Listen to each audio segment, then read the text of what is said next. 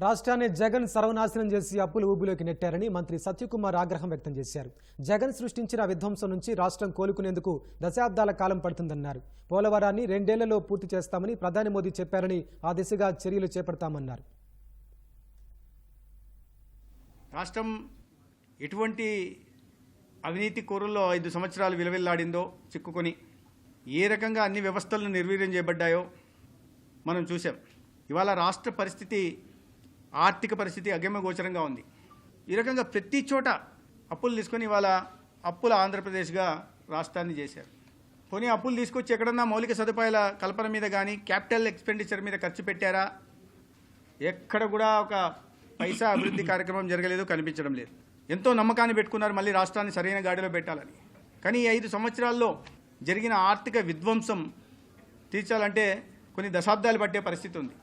అయితే పోలవరం ఆంధ్రప్రదేశ్ జీవనాడి, దాన్ని పూర్తి చేసే బాధ్యత తీసుకుంటామని 2 ఏళ్ల కాలపరిమితిలో ప్రాజెక్టును పూర్తి చేయడానికి అన్ని రకాల చర్యలు తీసుకుంటామని సాక్షాత్తు దేశ ప్రధాని చెప్పడం జరిగింది ప్రాజెక్టు పూర్తి గురించి.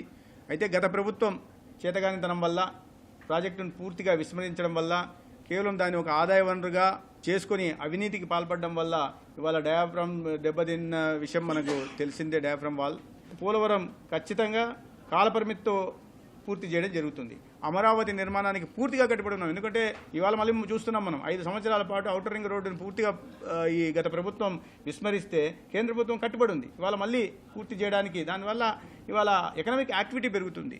ప్రత్యేక తెలంగాణ విద్వేషాలు తిప్పి అన్నదమ్ముల్లాగా ఉంటున్న తెలుగు ప్రజల మధ్య విద్వేషాన్ని నింపి అధికారంలోకి వచ్చిన కేసీఆర్ ముందుకు వెళ్ళనీయకుండా ప్రతి దాంట్లో కూడా సమస్యలు సృష్టించే ప్రయత్నం కేసీఆర్ గారు చేశారు.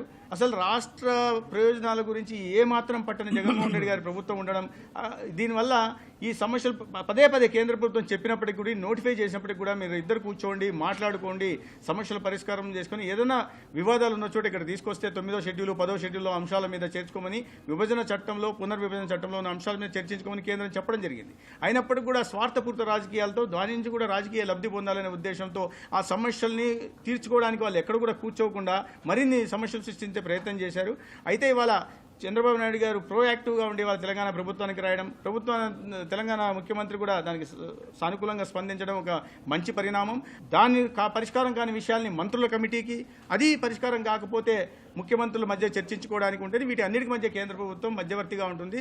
సాధ్యమైన త్వరలో ఈ 9వ షెడ్యూల్ 10వ షెడ్యూల్లో ఉన్న వివాద అంశాలు కూడా పునర్విభజన చట్టంలో ఉన్న వాటి మీద పరిష్కారం లభిస్తుందని నేను గట్టిగా విశ్వసిస్తున్నాను.